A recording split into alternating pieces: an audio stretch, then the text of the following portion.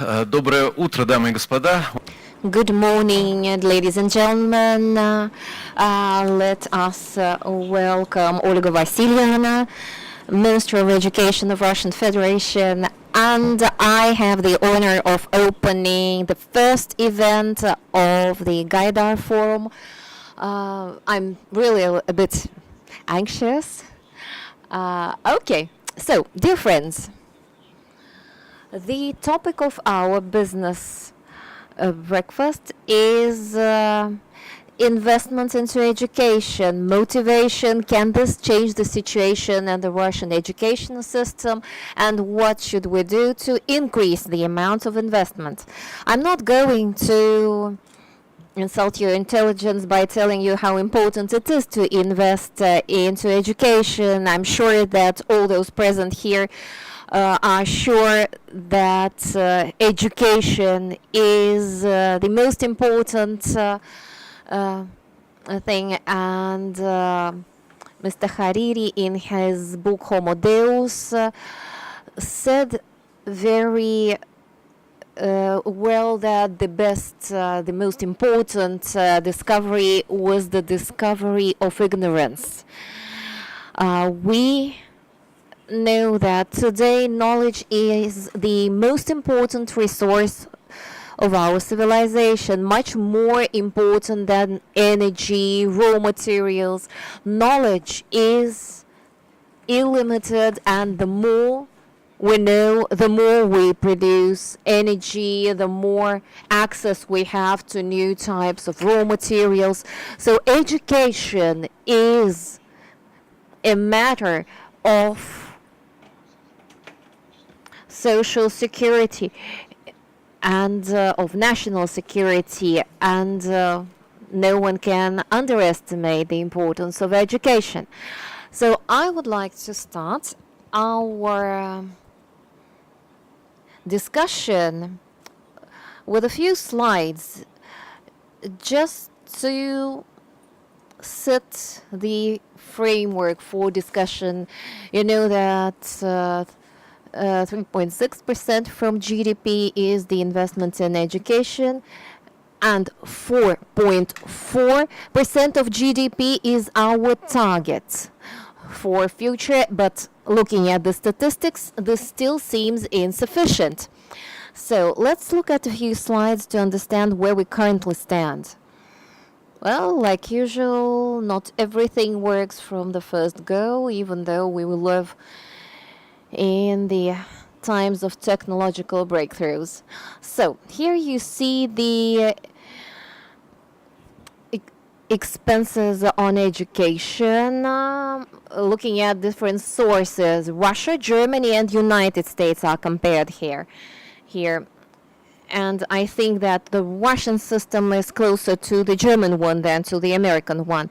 In Russia, cost per student of a high school are about a few thousand, or 5,000 approximately. A few thousand are coming from the public's budget, while private investment is very limited. In Germany, 2/3 come from private sources, which is very unusual for us. In this slide, we see a correlation of public and private educational establishments in Russian Federation, in preschool education, in secondary education. It's about 2%, 9% of public educational establishments in high schools, in technical schools, and 35% of high schools and universities. And here you see that only 2.5% all in all are private. Skolkovo gave us statistics about the size of Russian philanthropic sector, which is 340 to 460 billion rubles, but it's difficult to understand the breakdown of this figure. We do not know the statistics.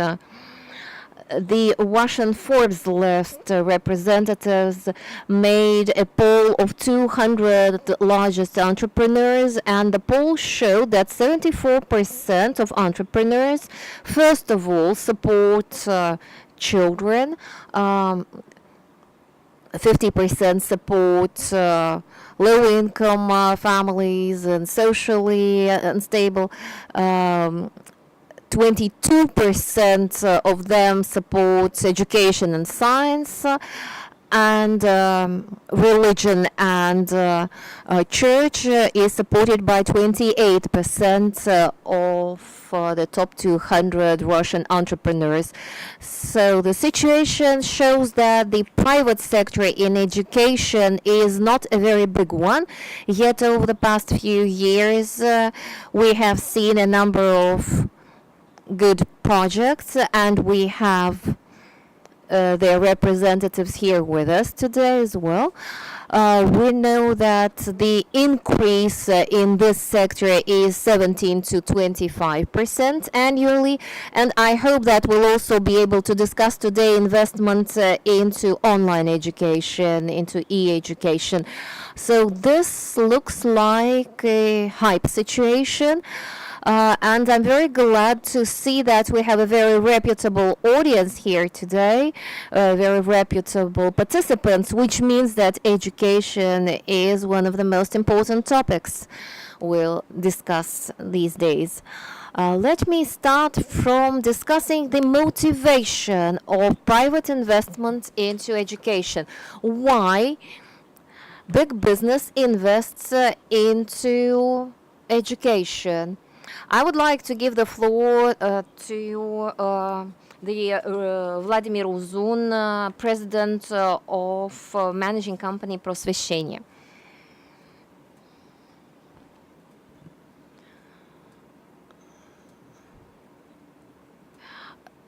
Okay, dear ladies and gentlemen,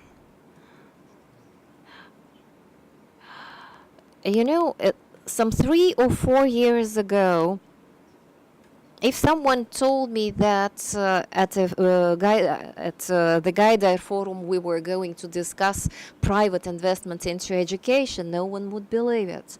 While today we are talking about increase of investment into education. And we are going to listen to people today who invested in education and develop the educational system based on the rich legacy we have. I would like to attract your attention to the problems which are in the focus of our group. I mean, who and how can and should invest into education. What are the most efficient investment tools? What should be the correlation of public and private investments into education, and should there be a line drawn? Who has more flexibility in investment, private or public schools, and what standards should there be to compare the public and private schools? Of course, the investment into education is increasing over the past few years. I'm talking about private investments. Corporate sector usually invests into high schools, the students of which will soon join their companies, or invest into projects. But talking about secondary education or vocational technical schools, there are practically no private investments into this sector of education, and there are even no mechanisms, and I guess those present here would agree with me. Like Nikolay said, only 2% of schools over the past 27 years, because 27 years ago schools got the right to be private. So only 2% of schools are private, which is practically irrelevant. At the same time, we should say that private educational centers, first of all, provide a very high quality of education and training, and on the other hand, parents want their children to go to such private schools. And again, the education contents is changing all the time, and it is shaped by the by expectations of parents. And there we see what we lack in traditional schools, because in traditional schools children are trained to pass the main public final exam, and that is it. While private schools, they implement and very quickly the latest technologies, digital technologies. This is what common secondary schools, they do not have that.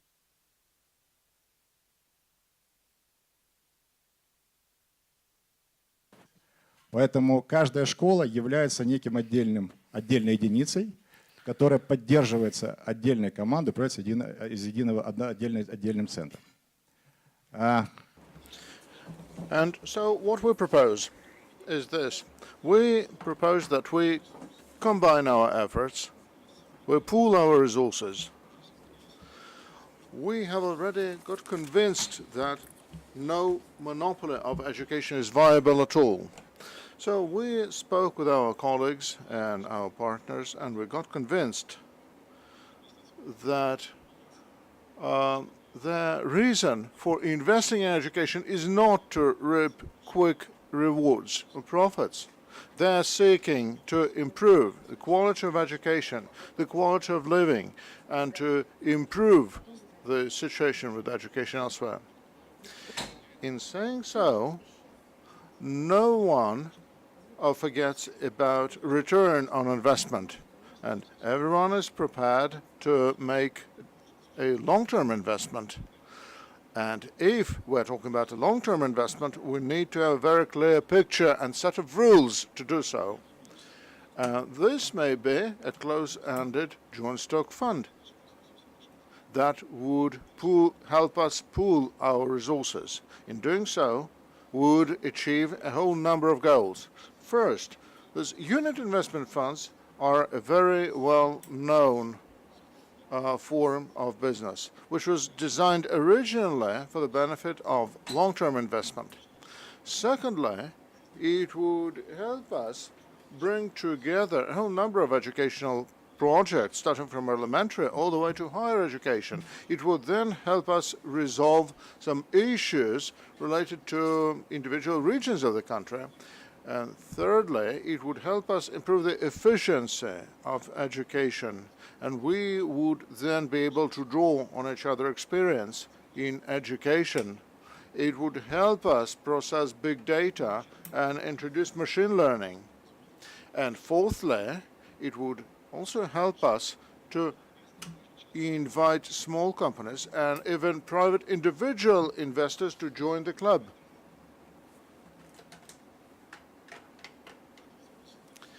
I believe that it is paramount to make use of this opportunity, because while the number of school-age kids has been growing and we need to address the currently outstanding issues, making use of the potential of the regions.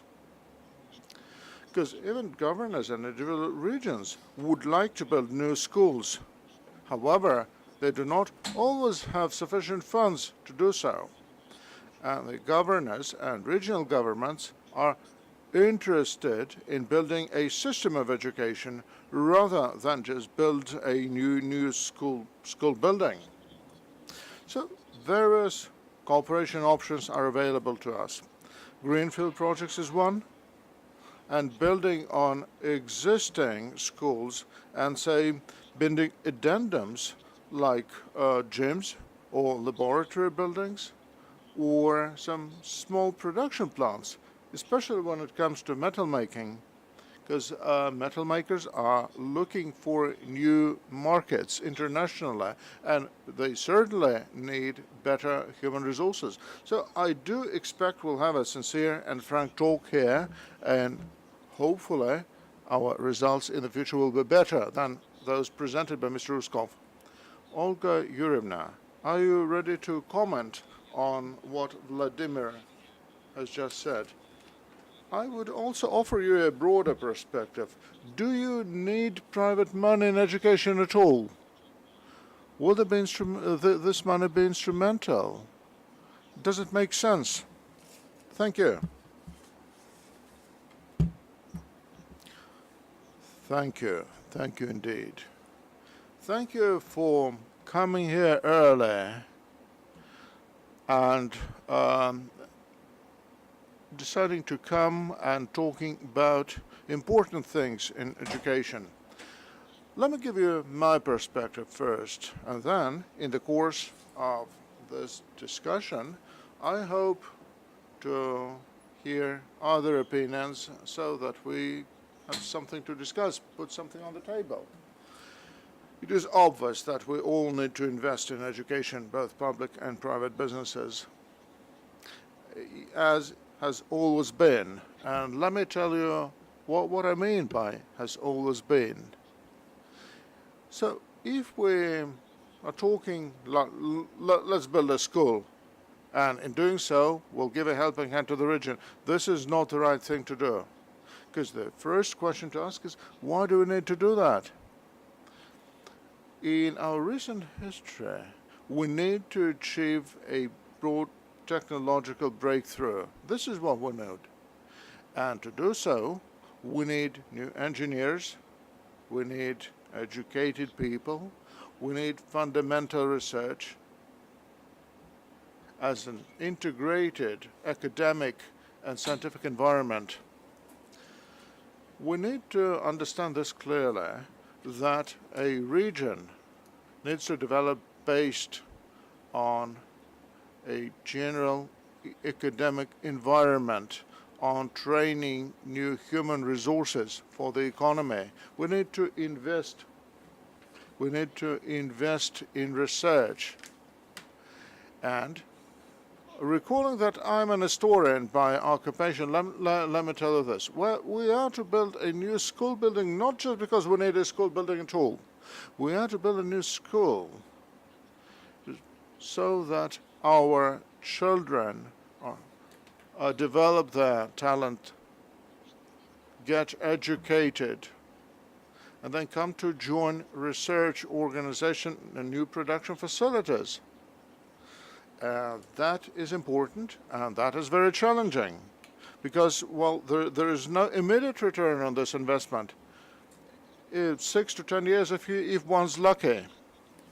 So we don't need to contribute isolated efforts. This needs to be an across-the-board approach. So 1% is good.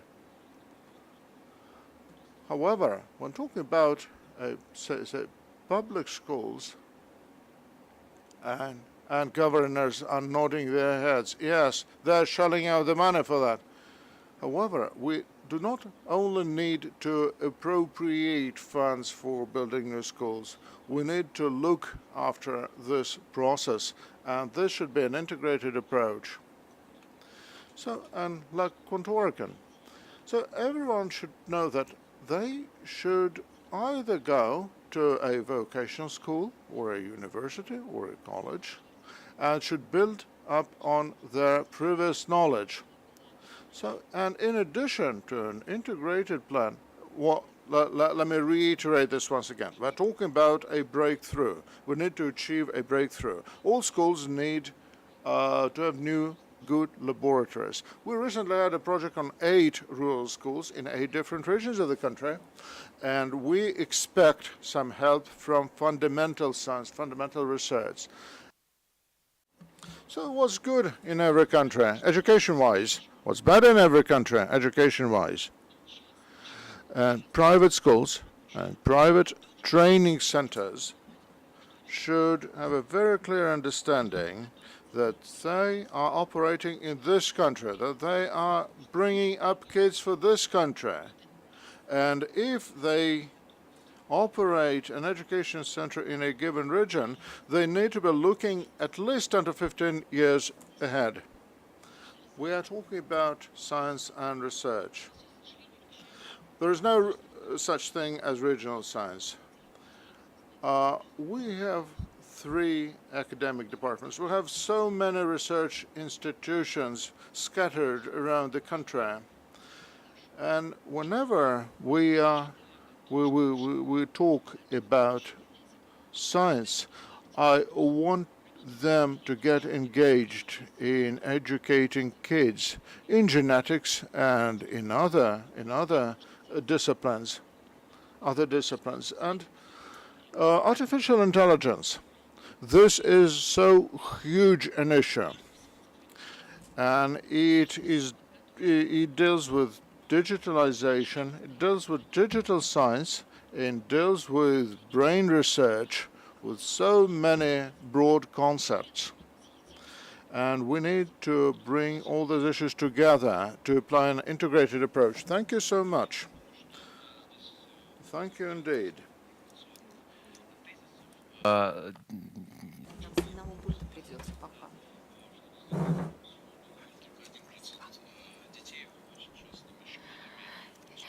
So if we see that if only 2% of children go to private schools, does it really make sense, Ruben? Could you please say a few words about this? Should I stand up? Up to you. Good morning. Good morning. I'm very glad to participate in this event. It was really hard to imagine that we would have this discussion at such a forum. What are we talking about?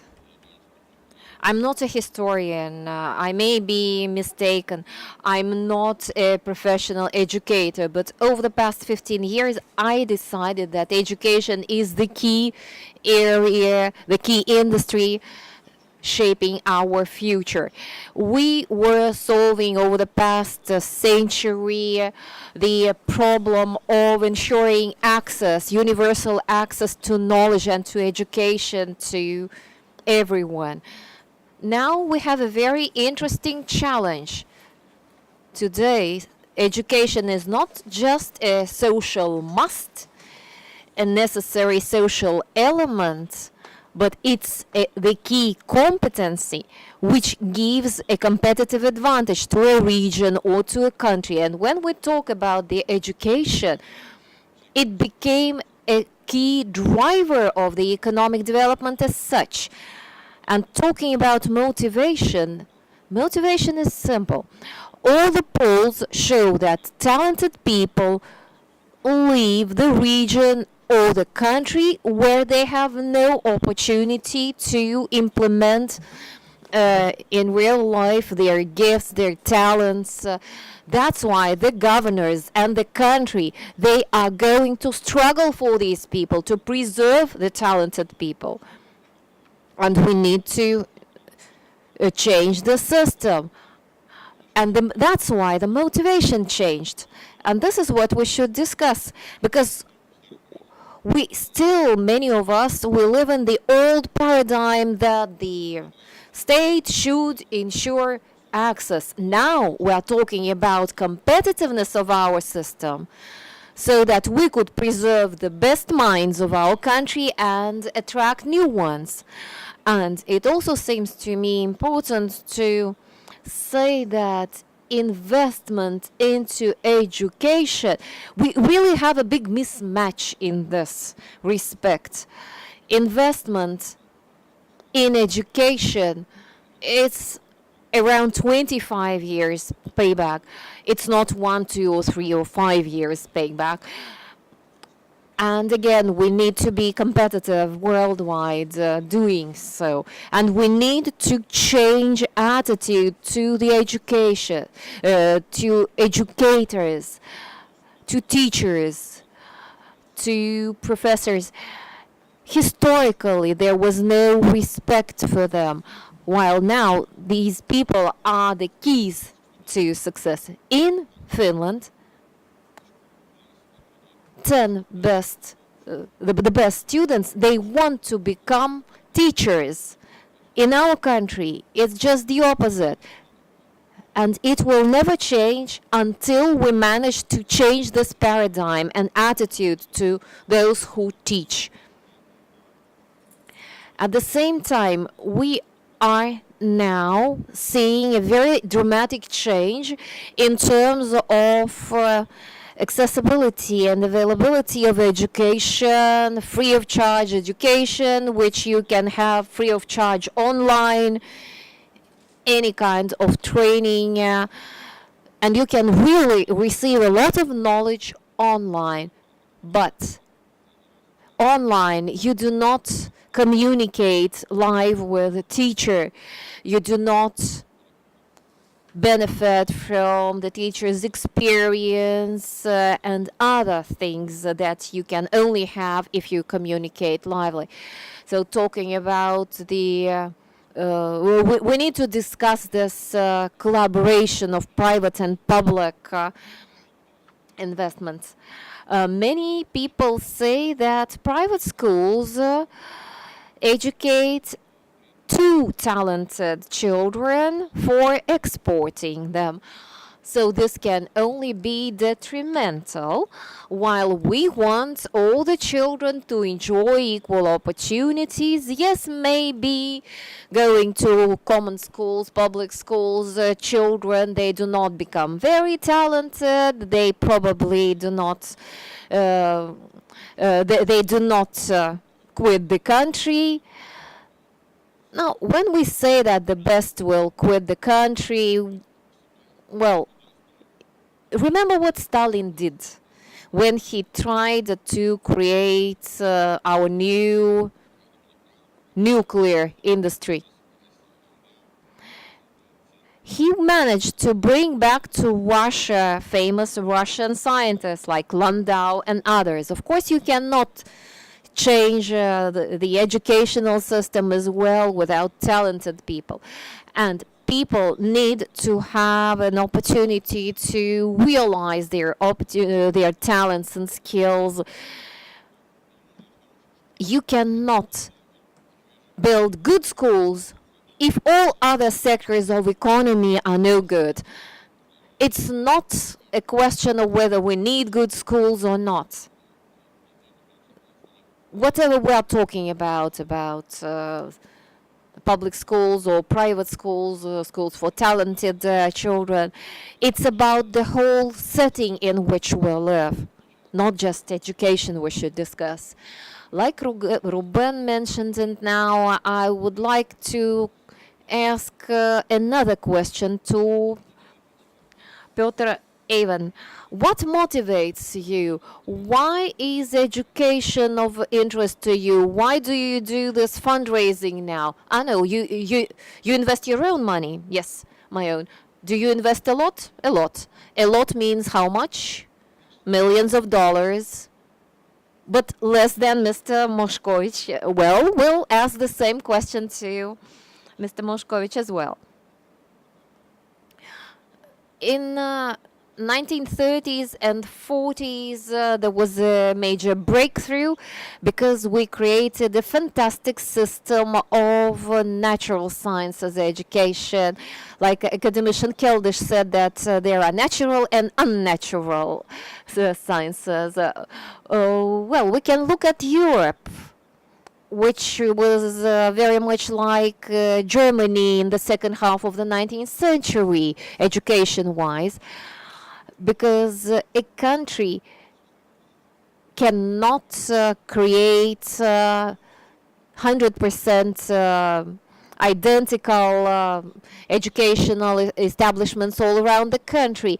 So, of course, there are some schools which are elite. I think this is also true for today. But in old times, it was impossible to leave this country. Now it is. In Soviet times, in science, it was good to be a scientist, except for you were unable to leave the country. But you lived a good life and you enjoyed doing science.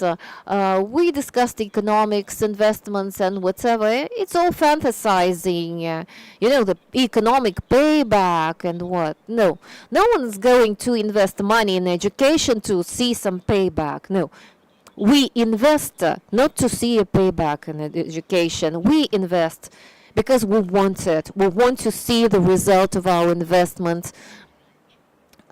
All I do is, thanks to my mentors, academician Shatalin and others, but the problem is that we do not have the right morale in our society to understand the importance of investing. And you know the fact, and we saw the figures, right?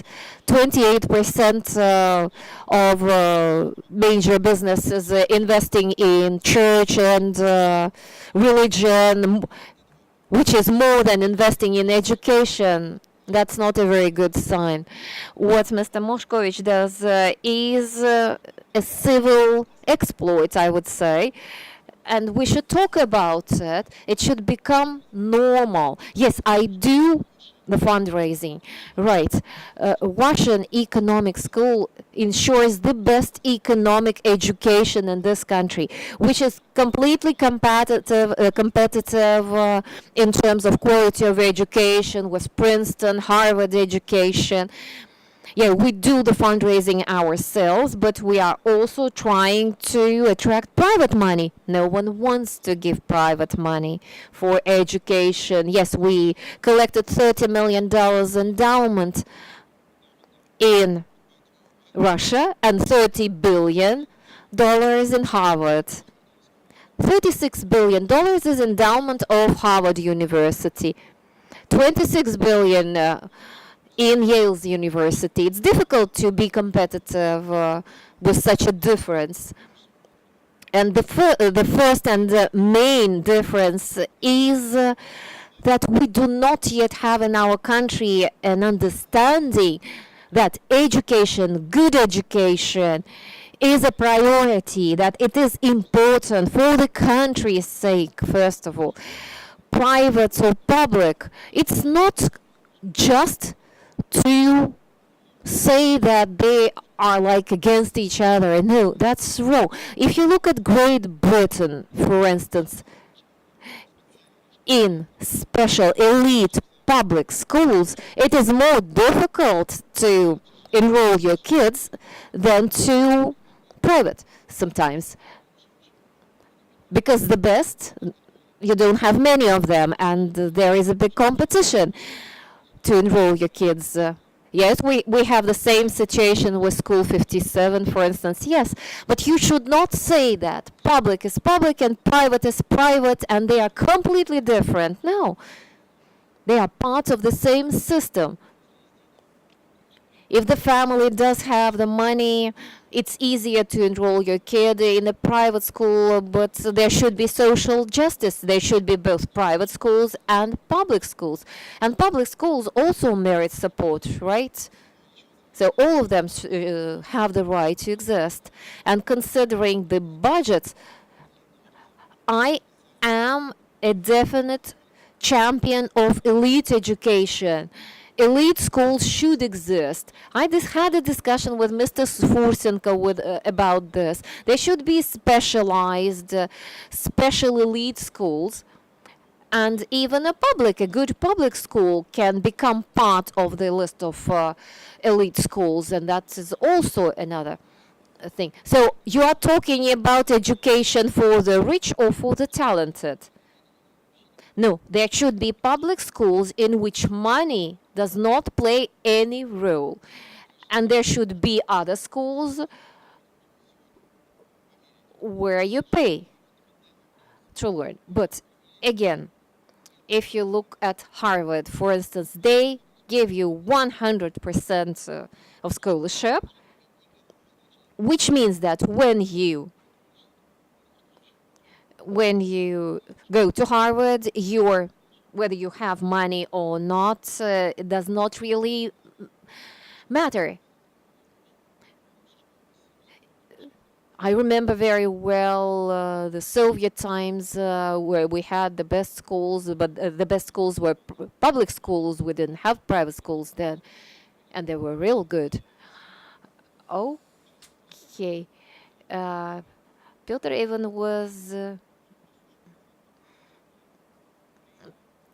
remembering about you, and I know that you have a 7 billion rubles fund endowment where you can cover the basic cost of education. Tell me, please, how you started it, how it happened.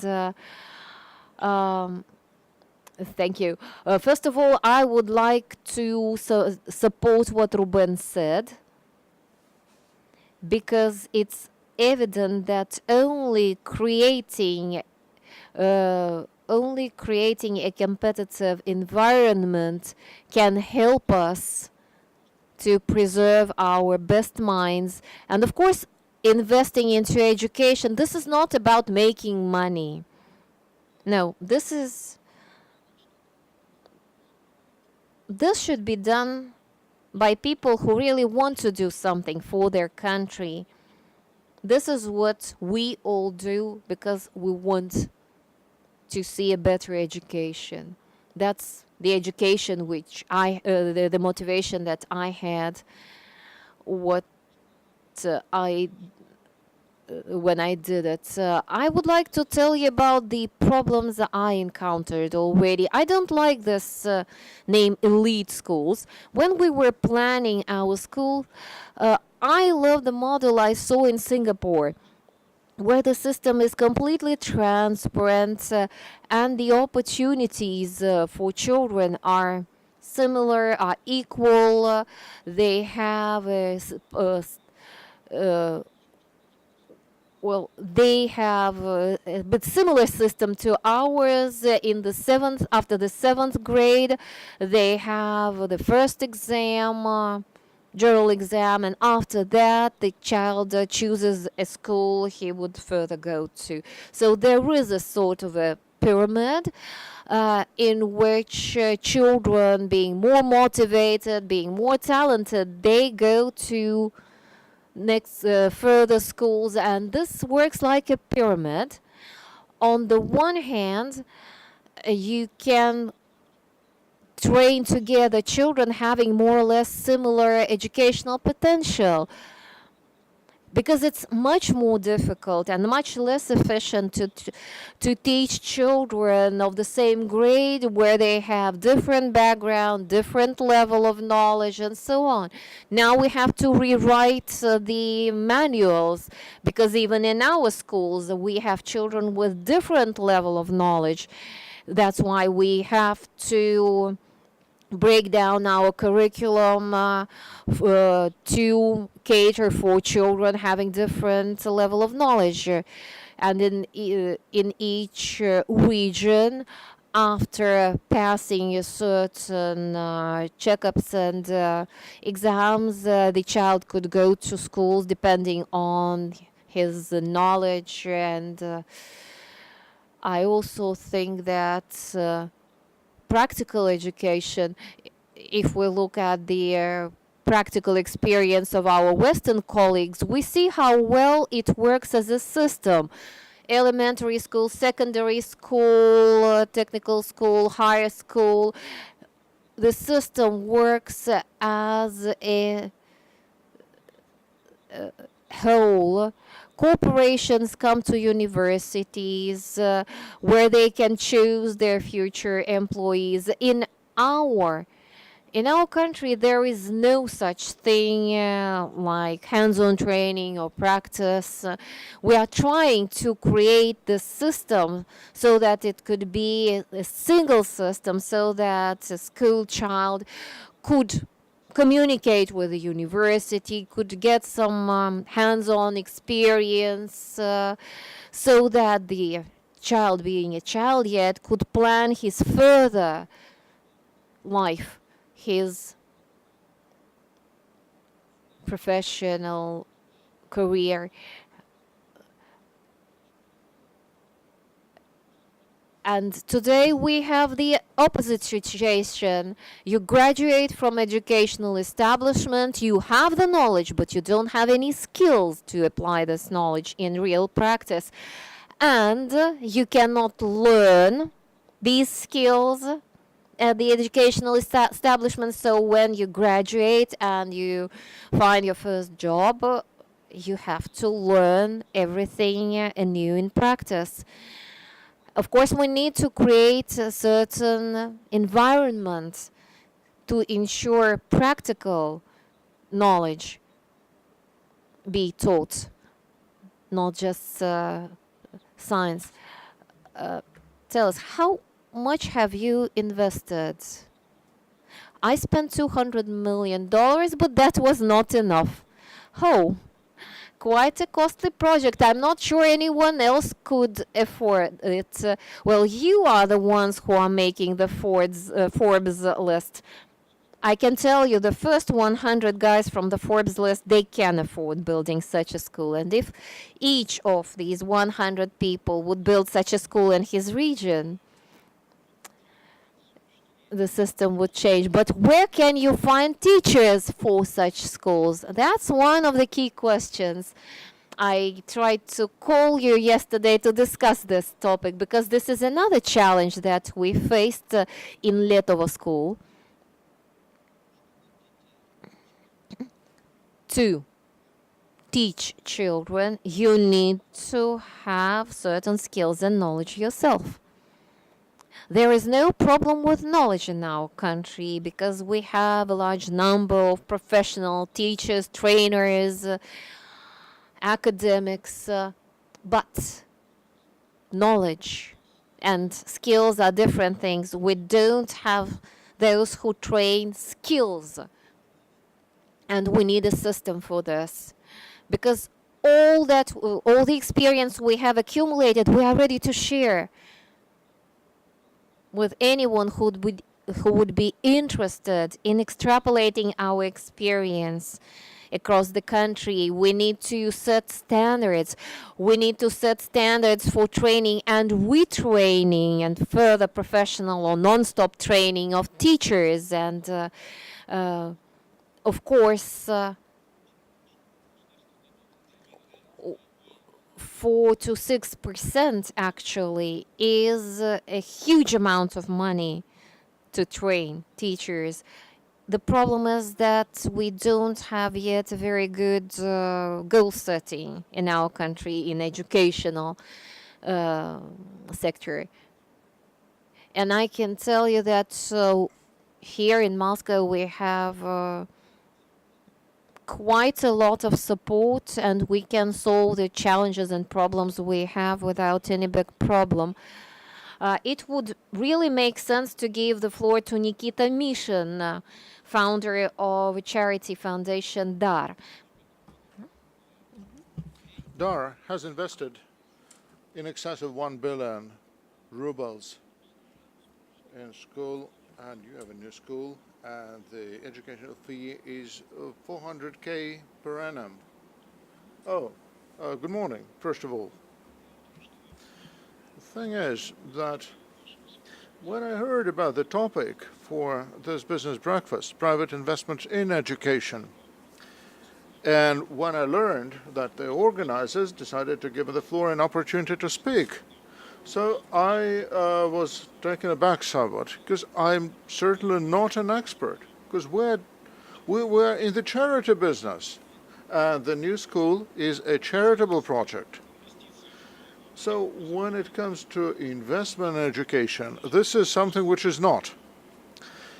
And we are certainly not expecting any return on this investment after a certain indefinite period of time. And after we earn a margin, and you are smiling, but you know that operational expenses actually tend to grow far larger than originally expected, and this break-even prospect is getting an increasingly distant opportunity. So, however, for the past 14 years, we've been supporting various educational projects. This fact alone gives me the right to say this. There used to be an interesting person, Konstantin Leontiev, who used to say that whenever society becomes very complex, this leads to the new prospering of the civilization. And the more complex the social structure, the more flourishing a civilization begins. So I believe that this is an outcome we should always be aspiring to. While we have very little to boast about, having looked at the statistics on the screen a little earlier. However, diversity and variety is not sufficient in the private sector. And the fully fledged private investment in the business sense of the word may be possible in large cities with a population over 1 million in preschool, in childcare institutions and preschool institutions. We've had some experiments and we've tried that before. And some educational authorities are keeping in line with current developments, and we can more or less be certain that these experiments are going to be safe for our kids. One other interesting facet of the educational process is a whole set of issues related to vocational technical training. Mr. Kharitonenko, sitting next to me, has been busy doing just that. And they are raising human resources. They are developing the human capital needed for the economy. Well, people are free to work wherever they like. And I believe that in a short while, we'll see that some bankers or business people will turn to become educationalists. And this will be something quite common. We have had several examples of the kind to date. I believe that there will be many more of them coming soon. And corporations invest money in schools to train their employees for their own outfits. And they are branching out to regions and to provinces. The Chelyabinsk plot is doing that. Unfortunately, Mr. Komarov couldn't make it. Well, they have a wonderful, wonderful education project. Severstal is doing the same. Rosneft is pursuing a large educational project, and the Eurochem is pursuing a similarly large project. They're efficient, they're well structured, and they actually can apply very well-defined KPIs for that. And Olga Igorevna mentioned several major foreign educationists being invited to Russia to give a nudge to education. So when we did the same, many young foreign specialists, like people aged 35 to 45, their major concern were, what school shall we be sending our kids to when working for you? We're talking about major capital cities. We're talking about Moscow, St. Petersburg. We're not talking about some remote regional cities. And we have just a handful of schools of the kind, or say one or two in St. Petersburg. This may not be a concern for a public investor, but it is for private investors. And I generally agree with what Petr and Oleg talked about improving investment environment in education in this country.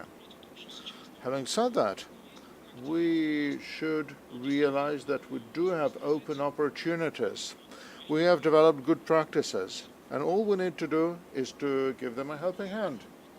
Thank you. I'd like, well, since you keep coming back to the 1930s, I want to say again that the major task for that period was to quickly train our own. It took the country 7 years to realize that yes, they need school, but there was a very specific target. They need to train their own.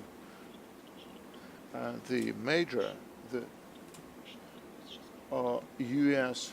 engineer invited to work in Russia received overall fees exceeding $196 million, which was certainly enormous. And so when we're talking about secondary and technical education, well, the training model is streamlined there. It is quite translucent. However, when it comes to school education, to regular school education, we need to have a well-defined system that would absorb all the positive experience. Academic life will help us create, although this may be a lofty word to use, but Confucius said that.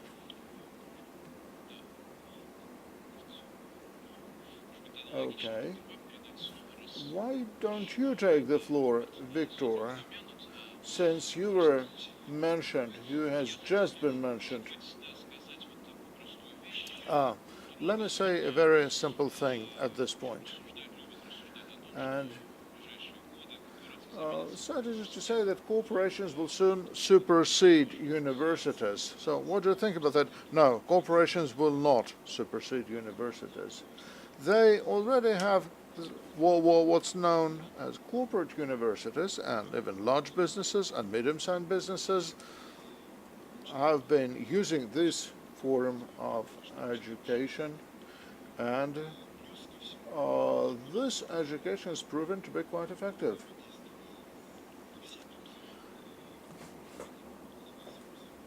Well, we have communicated with all universities and institutes of higher learning and departments of chemistry, of physics, of mechanics, and of others, and we've offered scholarships to students.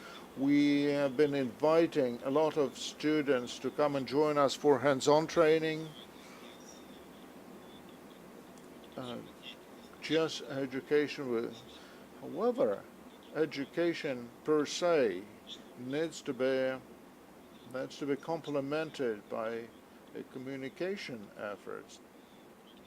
And we are practical people, and we want to make use of school kids and college and university students as a source of human capital. Is it part of your business? Well, yes, it is part of overall business. Yes, of course. Because these people are useful for us. Can you actually estimate it in terms of money? No, impossible. So you are just training kids, training people for yourselves. Do you use a set of KPIs? Oh, yes, of course. The HR department is busy doing that. We are working with Sirius. We are working with all St. Petersburg and Moscow outfits with the School 57, which has been mentioned here.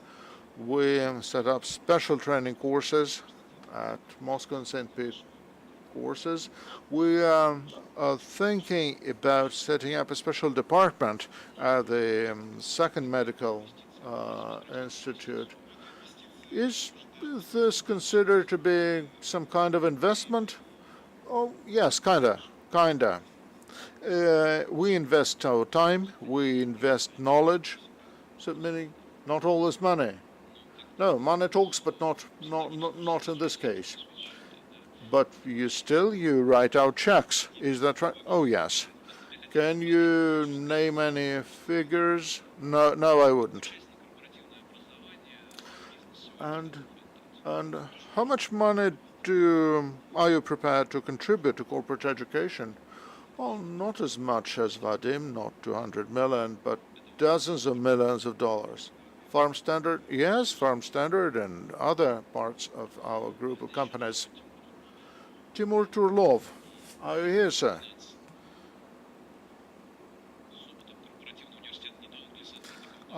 Corporate university, both for your employees and your clients. That's right. That's right. The thing here is that as your products become increasingly complex, you are faced with an increased demand for highly trained specialists. And universities may not always do a very good job in churning out specialists of this degree, of this qualification. And you may not always have the highly trained employees you require. So you eventually decide to set up a corporate university so that you do not overpay first, and so that you train exactly the kind of people you require. In Russia and in Ukraine and in Kazakhstan and in Uzbekistan, we do have our training outfits, and we have launched, we have joined a very large privatization program in Uzbekistan. Without a corporate university of your own, you won't be able to join this effort in Uzbekistan, where the scarcity of trained personnel is enormous. Because you cannot do anything without training people that can be entrusted this project. So, secondly,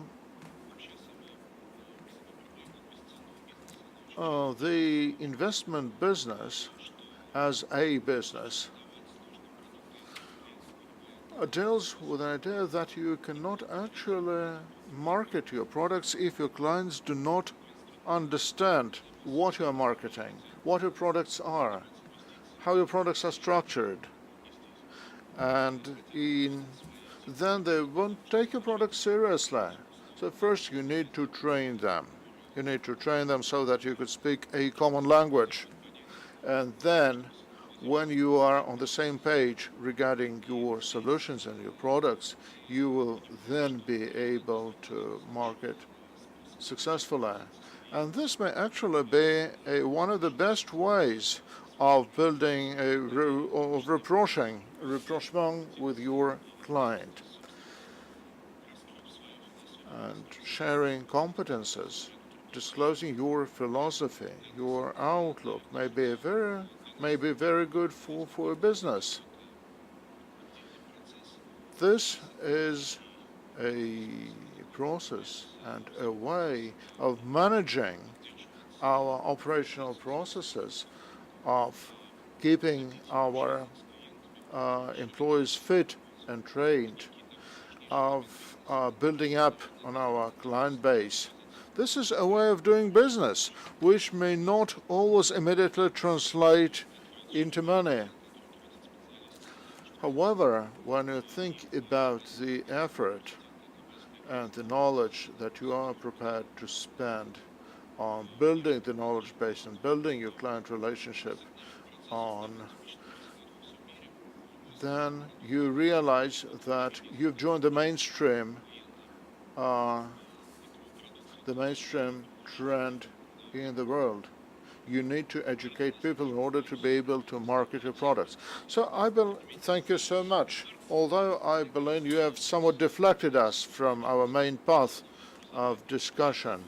The sustainability of corporate education is a very good and very obvious thing indeed.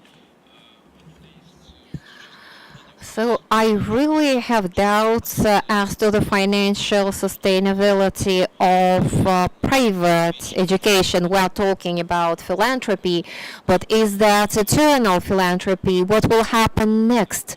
How sustainable will be this model, even if we take Letovo school? Vadim, how do you see the future of Letovo school?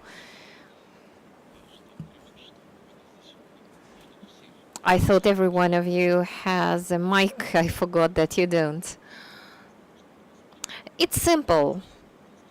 You have to create something that does not depend on whether you are there or not. This is being done via an endowment. We already have organized it. Sberbank has already won the tender to manage it. Today, it's a bit more than $120 million. And unfortunately, this can only cover 1/3 of the total budget, which means that we would need to increase this endowment at least 2.5-fold. Today, it's open for everyone, and we also have new partners who are willing to support our school and collaborate with us. So, in the coming 5 to 10 years, our goal is to have an endowment of about $500 million, which would help us cover 100% of what the school needs. $500 million, that's the maximum amount we would need, as I see it, if we really want to do it right and if we want to achieve our goals.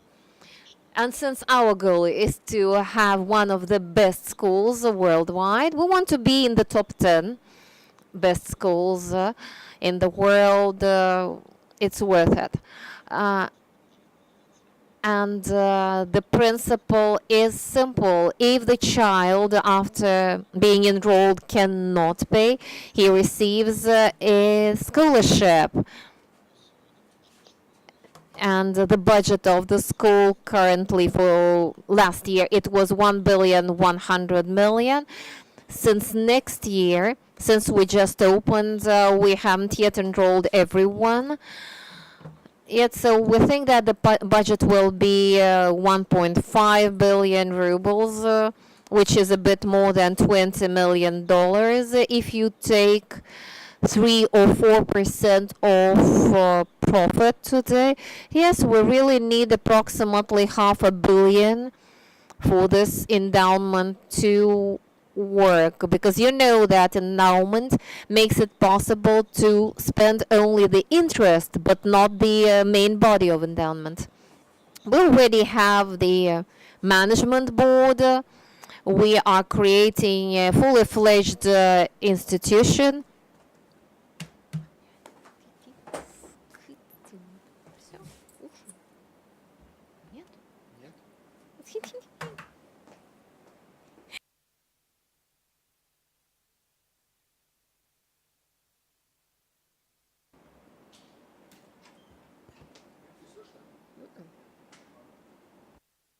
И у нас работает.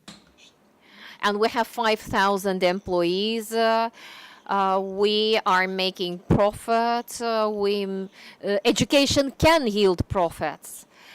But I look at this word here on the screen, motivation, motives.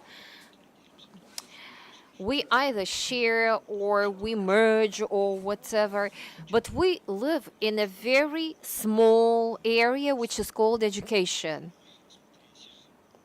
If you look at the economics, you see that education is not competitive in this market. We do not exist in this market.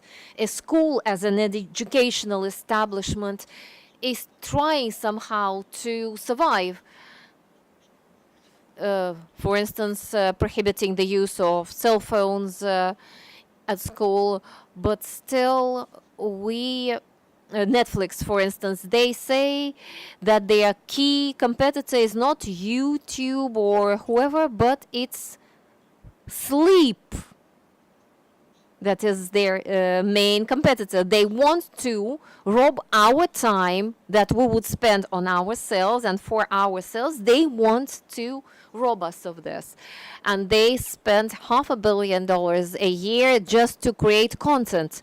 No, I'm not saying we should ban Netflix. Facebook and other guys, they actually steal our attention. All of us are not of that much of interest to them. So when we are sitting and thinking, oh yes, so now we have these kids, we need to put some knowledge in their head and it will work. No, that's wrong. Now that we are talking about a lifetime education, if you look at the structure of spending, you won't see education in the list of spendings. Or if you take this Homo Deus, I like the book. Everyone's making so much fuss about it for a whole year. And there is a description of why different economic systems either failed or survived. And decentralized systems, the book said, take less time to process a lot of information. So while we are now looking at how big major structures are being created, these structures want to centralize everything. This is inevitable. We will not be able to do anything against this. And the big players, whoever they are, they will be created and they will also try to be monopolists in the market. And this is inevitable too. But if we want to talk about education, you know, if you want to focus on education, it's not the big players who will help you. If you want to divert the attention to the education, this is where private investment can help, but not the public one. Thank you. That was a very valuable comment. Thank you. And we are going to discuss this a little bit more later. I'd like to come back to that a bit later. And these flexible formats, they are really of interest to everyone because unlike philanthropic schools, they are quite a profit-making business. And they can attract and retain attention, and the parents, they are willing to pay. Unlike what Vadim said, there is an opinion. I discussed about this with our colleagues from RANEPA, and my colleagues say that project funding is much more efficient because these a few percent of interest that you can have from the endowment, it's nothing as compared to public investment. Sorry, I wanted to give the floor to you because I heard your very important speech in St. Petersburg about endowment, and you made a research at your foundation. We have about 104 endowments, no, about 200 even. Do you believe in endowments? Do they work? Do they not? If you ask me, do we believe in them? Yes, we do, because our fund supports a lot creating of endowments of various kinds in the social sphere, in health system, in educational system. It is a philosophic question whether endowments work or not. We very often try to compare our endowments with Harvard University endowment, but you know, when it was created a few hundred years ago and when ours were created, when our high schools have the same number of graduates as the Harvard says, probably will also have the kinds of money they have in their endowments. And if you ask me whether endowments work or not, let's look first of all at specific projects already implemented in Russia. And if we talk about universities, for instance, there is no goal to completely displace public funding in universities. But private investment makes it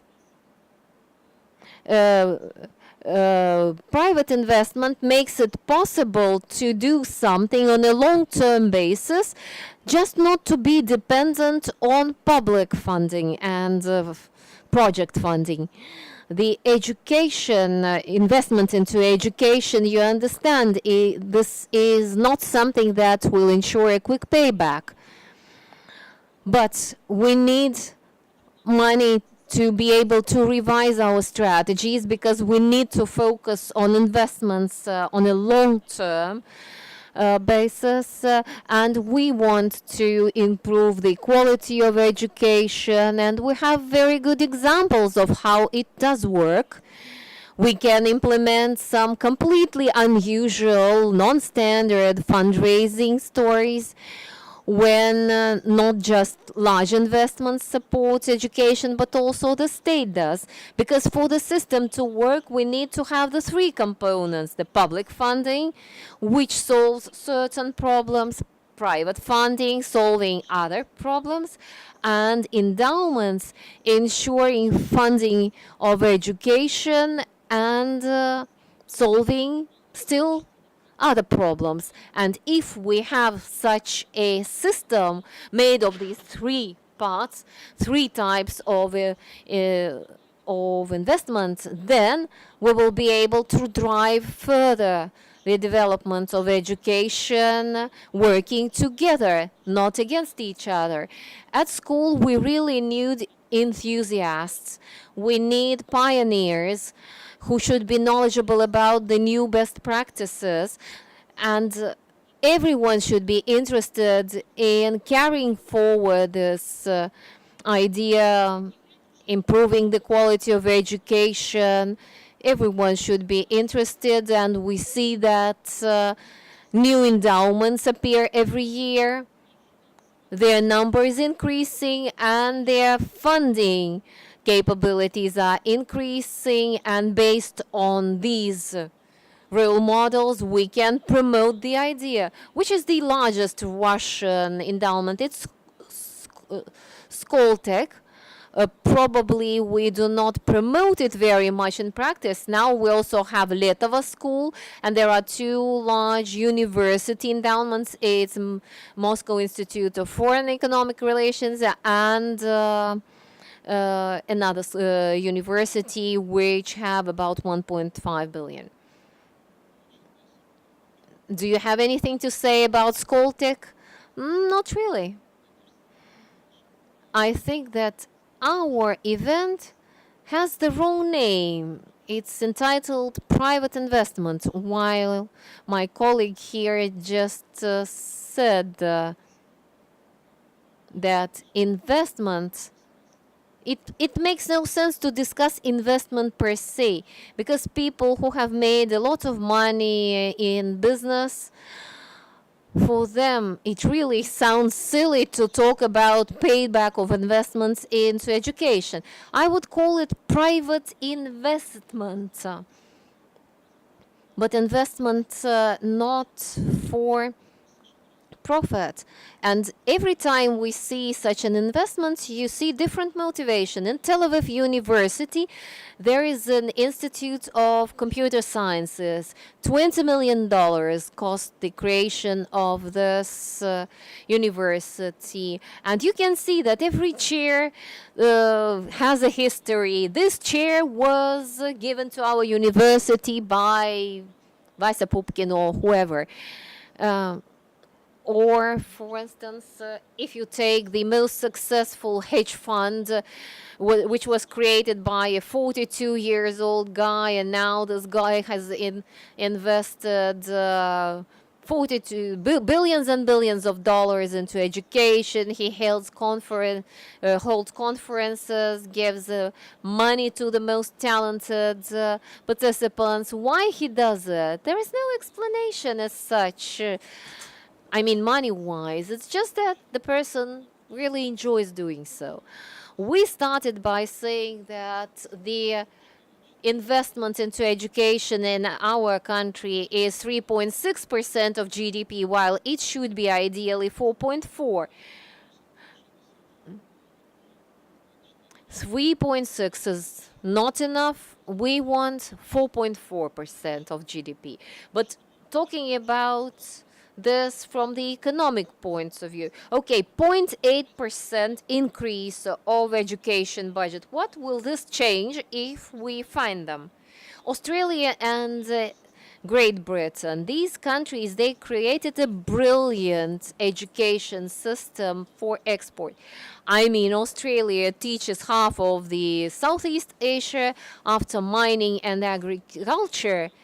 Education is the third export industry in Australia. It's pure economics, nothing difficult. It's just a matter of investments. Investments come from private business people because everything is transparent. It's easy to calculate the payback of this investment. But unfortunately, they expected that good education, good science will result in a magic breakthrough in science. But it didn't happen. Why? Because they don't have the high technologies and they do not have implementation opportunities for these high technologies.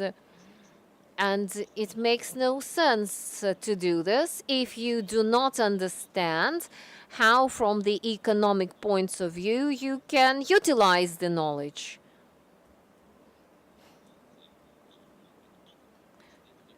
If you don't know how you can make money on the knowledge you've given, you better not invest. I think this is one of the key problems today. In Russia, for instance, today, we have not created and are not yet creating the economics of knowledge.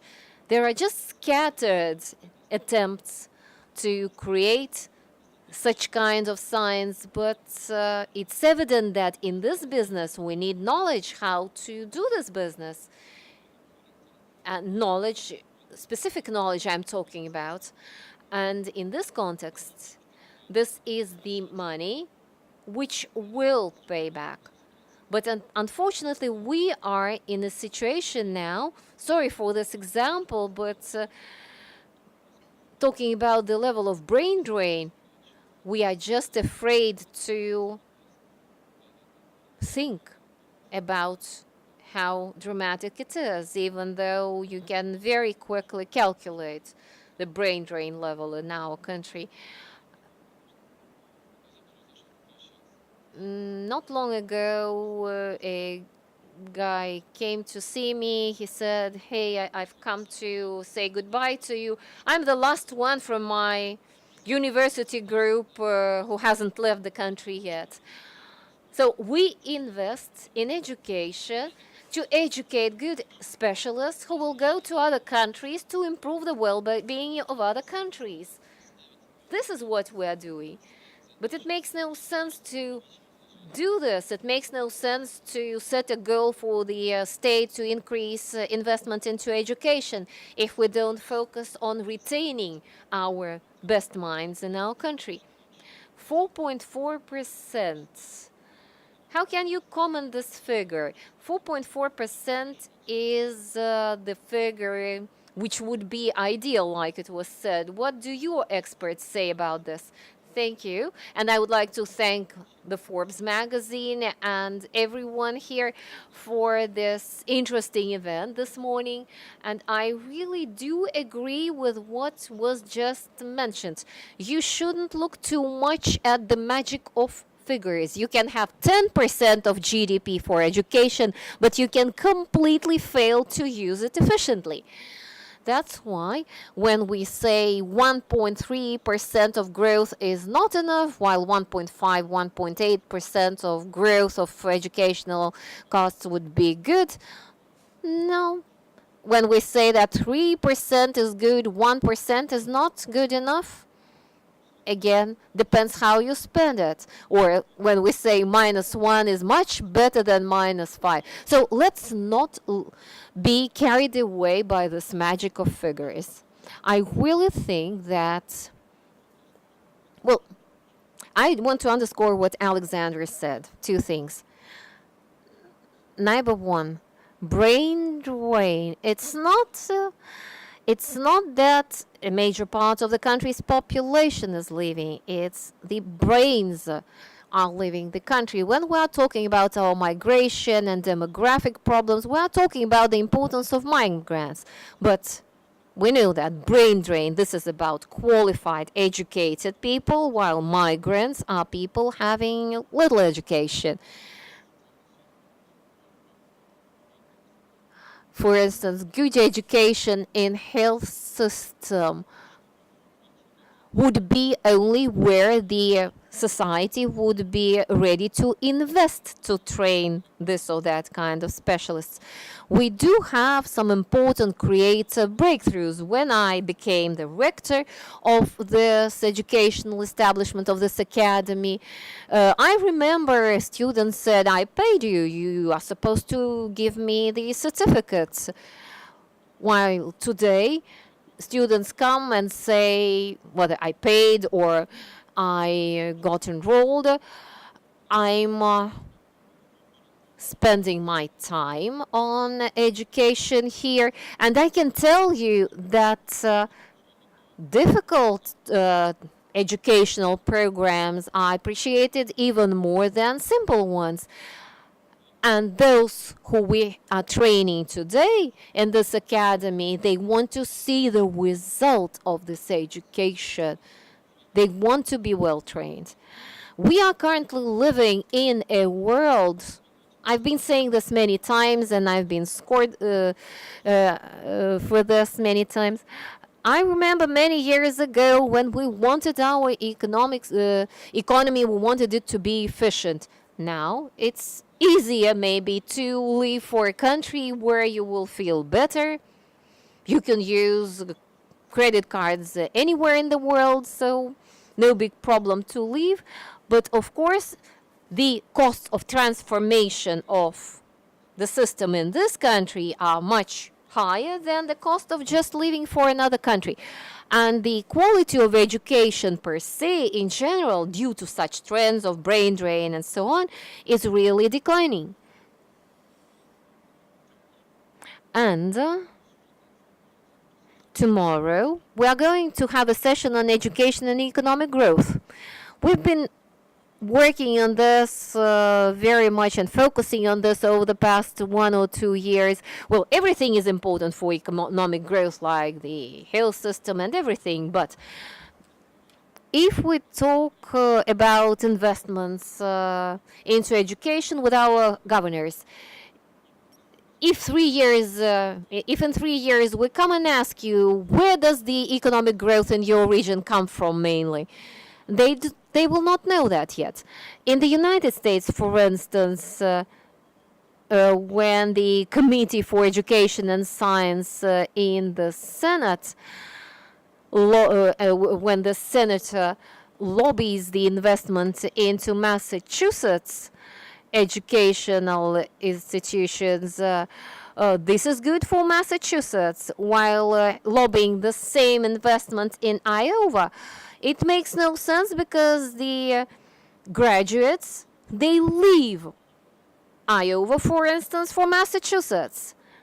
So when we are talking about investment into general education, professional growth and whatever, it does not mean this investment is efficient anywhere and at any moment. And what is the time lag? Investment into college and bachelor's education is important, while the economy wants more people to go into research and education, and they suggest that this is what yields the best effect in terms of economic growth factors. Again, we need to understand that the correlation between education and economic growth, this is a complex correlation which is not linear and not that simple to interpret. And that's why I'm saying that investment and the big amount of investment, it's good. It's a big benefit for the society. But our principal difference from the 19th century and the major part of the 20th century, we were talking about budget priorities. Today, we were asked where is our budget priority, and we answered, budget priorities setting should be not via choosing between aviation, healthcare, or whatever. We should think about developing any industries. Thank you. Thank you. I'm Ekaterina Novakova. I'm president of our Education Foundation. We've been investing in education for over 3 years. And when they talked about investment, I recalled a useful term. It's called the impact investment. When you actually do not invest for the sake of profits, you invest for the sake of a social impact. And education is our priority. And we have been actively investing in childcare and preschool education, in professional communities, and we are having various contests. Last year we spent 95 million rubles seeking a goal which Ruben here mentioned. We want to bolster the prestige of education as an occupation, and we want to help this profession. We have seen the role models demonstrated by Herman, Gref, and Vadim and others by setting up their own schools. Yes, we also want all the flowers bloom as it goes. And we welcome the development of various education models.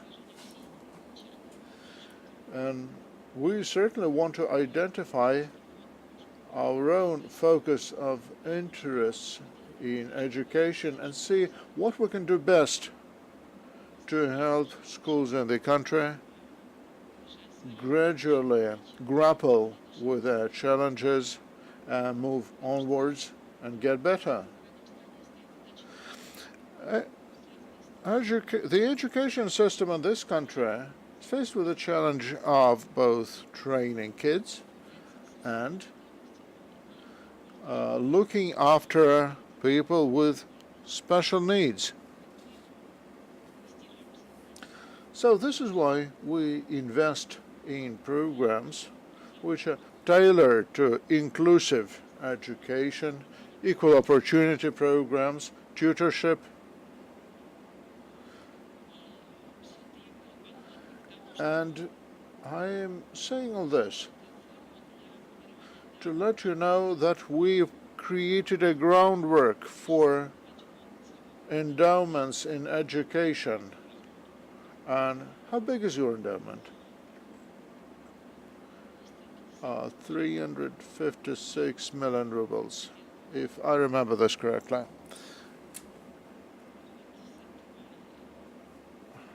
However, well, we actually keep this endowment working, and it yields some money to help us operate various facilities. And we have already set the ball rolling, so to speak. And having set this endowment, we have made the schools' lives easier in terms of operational cash. We actually take care of all the running expenses, And we expect the school and its management to take the initiative in saying what they actually want to pursue. How many schools are we working with? Like 10 of them. However, we have received a lot of favorable feedback from private investors and individuals who are prepared to take on their share of the burden. They want to join in this effort, and it is so important to create a tradition, to create a certain culture in education. So culture and education are two key words that we think very highly of, and we want people actually to be proud of what they do. We also want to make people be proud of the schools they went to, and to pay tribute to the schools that make his business happen or make him develop and make to achieve their own personal accomplishments. So another thing which we think is important is that kids going to schools look up to their graduates, and they think very highly of their school's tradition.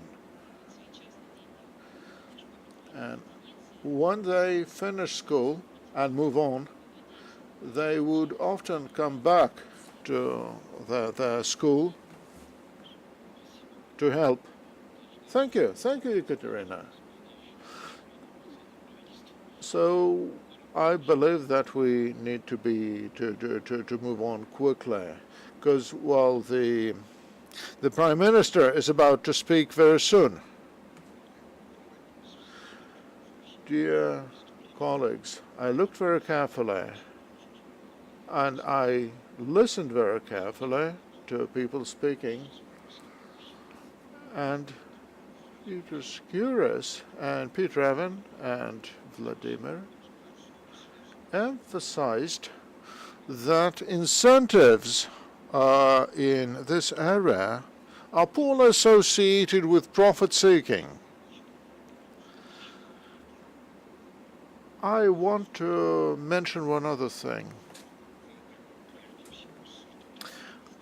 If a business entity invests in education, this business entity is the first to gain from this. And as Peter Drucker said, that management is the skill of climbing the ladder fastest, and leadership is when a person knows which ladder or which wall to climb.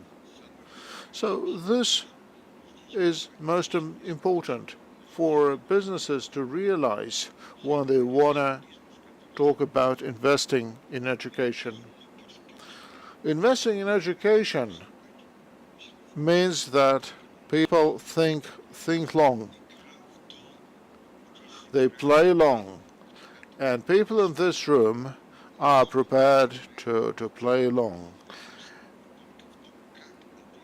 And the only thing is how to play exactly. What specifically to do about this? Well, there's one other maxim, is that happiness is beyond prosperity. So these are two different concepts. And if you invest in education, you are driven by a motive of seeking happiness and seeking development. Self-development, self-accomplishment, if you want. These people have a very clear idea of what they're doing and why they're doing this. And their reason is far beyond profit-seeking. And I am prepared to state this with much confidence as a psychologist. So we are dealing with children who are well accustomed to multitasking and very rapid learning. New generations learn very fast indeed. Please keep that in mind. And in terms of our appropriations for education, we can say whether we're dealing about proactive or retroactive business. Businesses who invest in education are proactive. And when we think about where to invest, I'm already wrapping it up. Yes, I know. So it's like an incantation that we keep saying, invest in kindergartens, invest in schools. However, we also need to invest in a motivating environment. What we started with today was with a nurturing environment for human development and human accomplishment. We are creating a mental nourishment for new generations to come. When Petr the Great started investing in Russia, he invested not in elementary schools, not in universities, not in vocational schools. They invested in new educational environments. So this is something we used to overlook for a long time. We need to invest in motivating education. And our colleague Mr. Mission here recalled Konstantin Leontiev, who talked about this prosperous complexity and diversity. This is so true. So we need to invest in education in order to foster diversity. And you cannot actually, there's no sense in investing in uniform education, uniform development. We need diversity. And dear colleagues, please leave all hopes for setting up this stencil educational syllabuses and programs. So I believe that if you want to need some creative schooling, you need to create creative people. Amonashvili, then clone Amonashvili. Yamburg, then clone Yamburgs. So we're talking about very, very customized education. That is our future. Diversity is what we should be seeking. And diversity and multifaceted educational medium is so important for all of us. And the entire history of culture shows that the mixed cultures always win, and growth and progress associated with diversity. And so when it comes to diversity, this should become the mainstream of our efforts. So we need to realize that at long last. Thank you. Thank you. So that was a very valuable remark. So you mentioned this motivating education, motivating environment. We are really short of time, but I still want to pass the mic on to Maxim Spiridonov, who will join us, who's come all the way from the United States to join us at this business breakfast.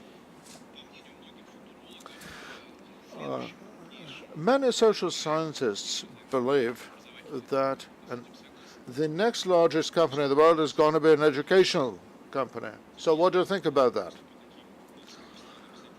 I come from business community. I also come from the technical education community.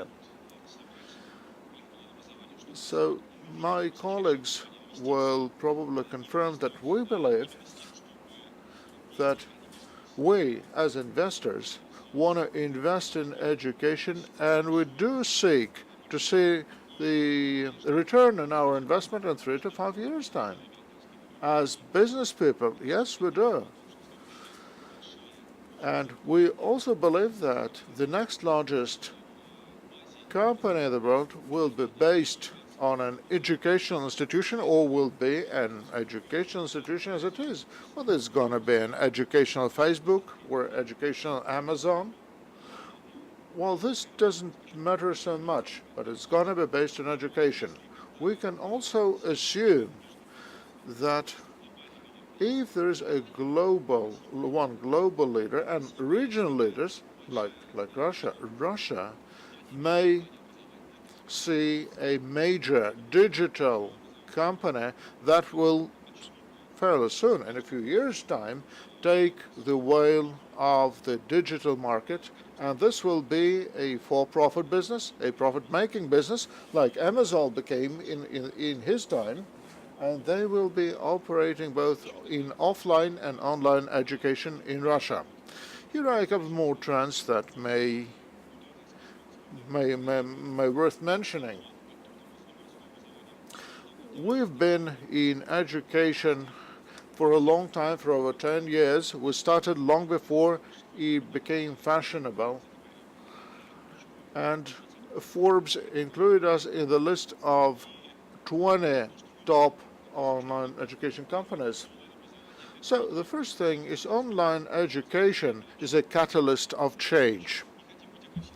So we don't want to be very aggressive on the market, but we see that we actually are, both in school and in vocational and higher education. We further believe that there is online education 1.0. So let me explain. When you go digital, you first start with digitalizing your office accessories. You deal with word processors and electronic spreadsheets and works, and then you devise CRM and task managers and knowledge management. The only thing we did now is that we removed all borders in online education, in this new version of online education. And now we are working hard to devise the next thing. Online educational companies are product managers, because what we do is we come up with new models, with new products. We are devising new CRM products that would probably form the groundwork for the future digital mega companies. Thank you. Maxim, we are watched by the Forbes group members in Vkontakte social media. Do you believe that artificial intelligence will finally replace live trainers and teachers? In 150 years, maybe it is possible, but today it makes no sense of thinking about this as something to definitely happen. Digitalization, automation, right, this is what we are doing, while a human trainer is playing more and more a role of motivator, of coach. So human trainers will bring into education their charisma, their personal experience, sharing, while artificial intelligence will produce and give knowledge. I wouldn't talk about what we will have in 100, 150 years. I very much hope that human will remain human, while the robots will have their place in education as well, maybe. How do you assess your role in the education? The government is investing money. Now, for instance, is investing into a very interesting structure for online education in our country.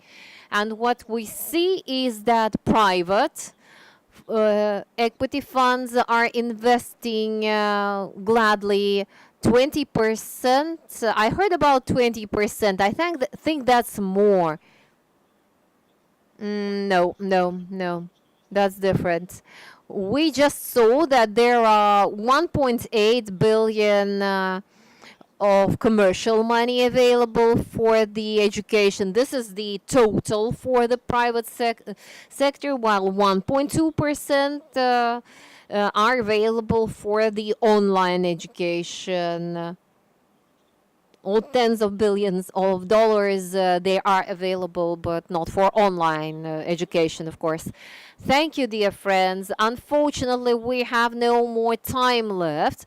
In 1 hour, there will be a speech by the chairman of the Russian government, and some of you will definitely want to hear his speech. I think what matters today in our discussion is the course of discussion and what we discussed, and not the findings and the conclusions we will make, because the conclusions are evident. We are talking about private investments. Private investors should not count too much on public support. Businesses have mainly philanthropic goals when investing into education, because they invest in the future of this country, in the children, and the state should think about equality, economic growth, well-being of the nation, and so on.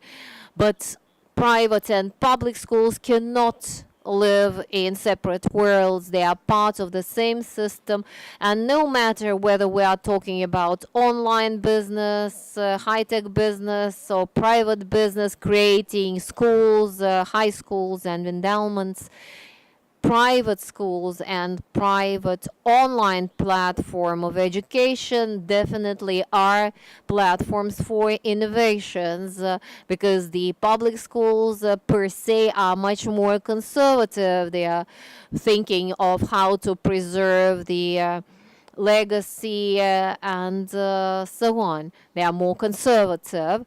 Private business definitely very quickly adapts itself to the changes, looks for something new, and is very often the source of new progressive practices. But still, I would like to have something to remember at the end of our discussion. I remember my school years. You know, I'm very positive about the current changes underway.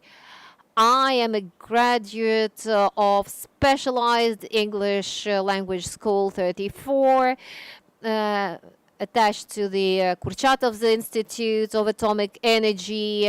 So I mainly studied physics and mathematics. I could have learned maybe 5 more languages, but I learned English. And I learned too much physics and too much mathematics, which I never needed that much in my life. And remembering these school years, you know, sometimes in September, till now, being an adult, I sometimes wake up not understanding who I am, where I am, wake up with a terrible idea. My God, I've overslept. I have to rush to school. Are there any people like me here in the audience? I see there are, yeah? And after I understand that, no, I don't have to rush to school, I feel real good. You know why I'm positive about the current changes in our education system? My son has just graduated school in Russia. Now he continues his education in Germany.